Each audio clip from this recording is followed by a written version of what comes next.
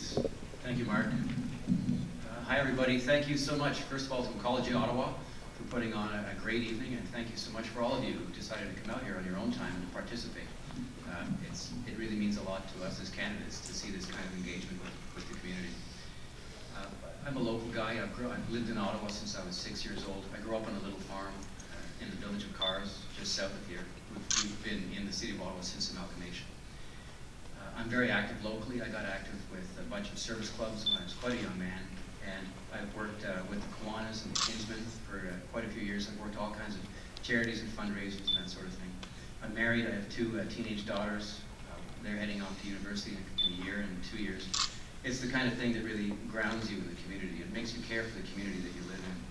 I'm very interested in the questions that are coming up here tonight because I'm active locally as well with a number of different, I'm active with a museum in Manotick, the Watson's Mill Grist Mill. No relation to Mr. Watson.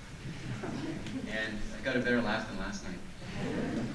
And it's the kind of thing I have a real respect for. I hope I do. I have a real respect for the environment because growing up on a farm is the kind of thing that you live in. And I have an enduring respect for the kind of culture that we come from as Canadians, which is embedded in the land.